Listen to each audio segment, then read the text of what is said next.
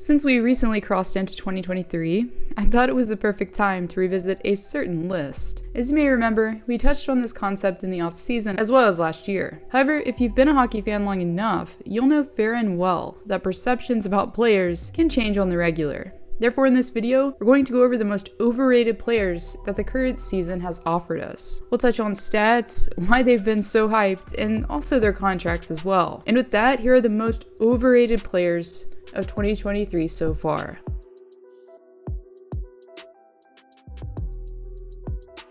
Now, obviously, when it comes to defensemen, there's a lot of names to choose from, and it always seems to be that way. But instead of talking about Seth Jones or Darnell Nurse, I decided to cover a different name instead. Before the season kicked off, NHL.com had Drew Doughty ranked as the 17th best defenseman in the league. And at the time, the ranking was a little more justifiable than it is currently. Doughty, who had just come off nearly a point per game campaign, notched 31 in 39 games played. Even though he spent some of the season injured, he was still able to make an impact when healthy. His giveaway takeaway ratio seemed to be a little better as well, with 24 giveaways and 9 takeaways. But his numbers don't have the same appeal that they once did. With only 21 points and 39 games played, the defenseman's shooting percentage is less than half of what it was the season prior. Also, his giveaway takeaway ratio is nearly 5-1. Doughty, who carries an $11 million cap hit until 2027, has proven himself with 2 cups and a Norris as well. However, is he currently better as an offensive defenseman than names like Rasmus Dahlin and Dougie Hamilton? Anyways, easily one of the best on the back end in his prime, but at 33 years of age, it's clear that he's not what he used to be.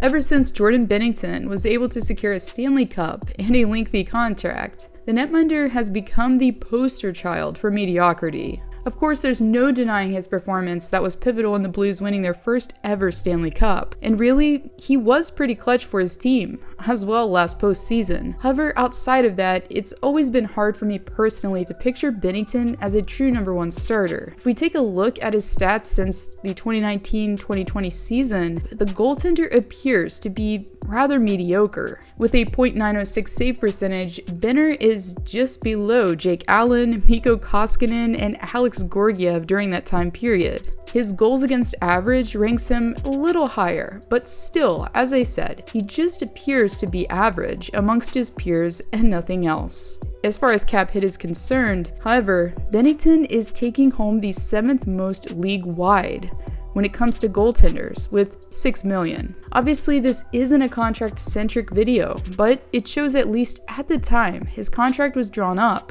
how Binnington was viewed in the eyes of Blues management. Lately, he's been struggling to keep his save percentage above a .900, as he has a .898. He also is dangerously close to sporting a losing record as well, with 13 wins and 12 losses. That record definitely isn't all on him, but the fact that he's let in 4 more goals 10 times already this season can't be reassuring for Blues fans at all.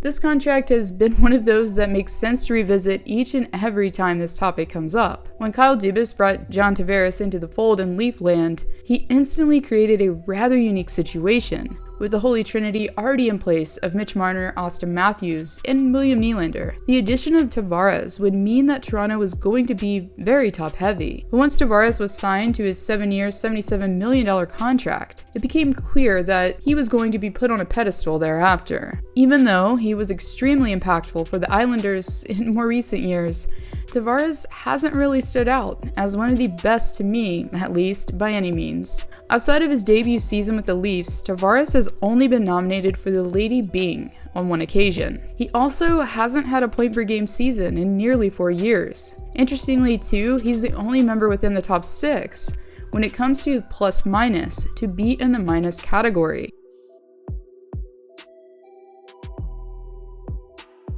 When the Florida Panthers initially acquired Ben Chiarot from Montreal, this was seen as an act of pure desperation on Florida's end for a Stanley Cup. Sure, Chiarot was on the back end when the Habs went to the Stanley Cup final, but the price was a 1st and a 4th round pick and also a prospect. This was hard to fathom for most hockey fans altogether.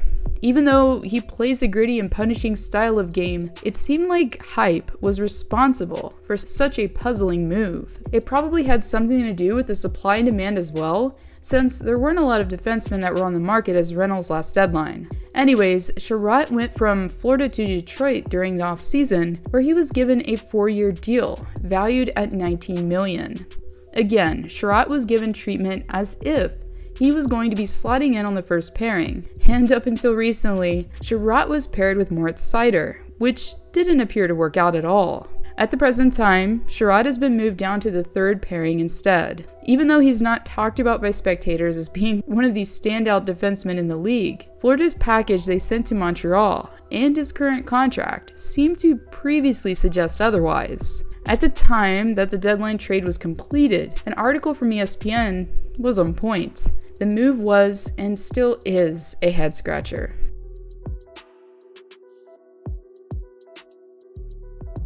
Most of us have enjoyed Marc-Andre Fleury's infectious personality over the years. The goaltender won 3 Stanley Cups with Pittsburgh and is easily one of the most loved league-wide by fans including myself. However, if we're being objective here, after the season that secured him his first Vezina in 2021, the Flower has seemed rather inconsistent. In the not-so-distant past, Fleury, who was traded to Minnesota, pretty much took the reins in net from Cam Talbot.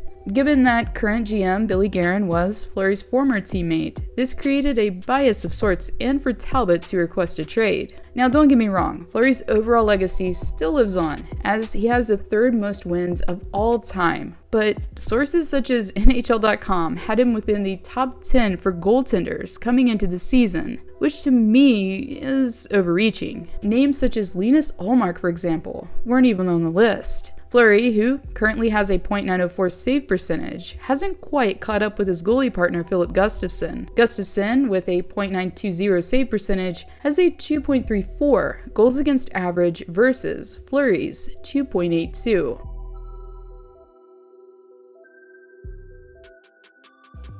When the Vancouver Canucks signed JT Miller to the extension valued at $56 million, it was based on the pretense that he would still be playing like JT Miller down the line. However, Miller has proven so far this season that his 99-point campaign he had in 80 games played is just a memory and nothing else. As it seemed like once he earned his contract, Miller took his foot off the gas and began playing with more apathy. Initially, Miller appeared to be the answer for GM Patrick Allvin, so much so that he neglected to sign team captain Bo Horvat. Right now, as it stands, Miller isn't even close to being the team's leading scorer. With 30 points recorded in 36 games played, Miller is 14 points behind Elias Pettersson, who has 44. Since this isn't a video solely based on contracts alone, I thought Miller deserved a place on this list.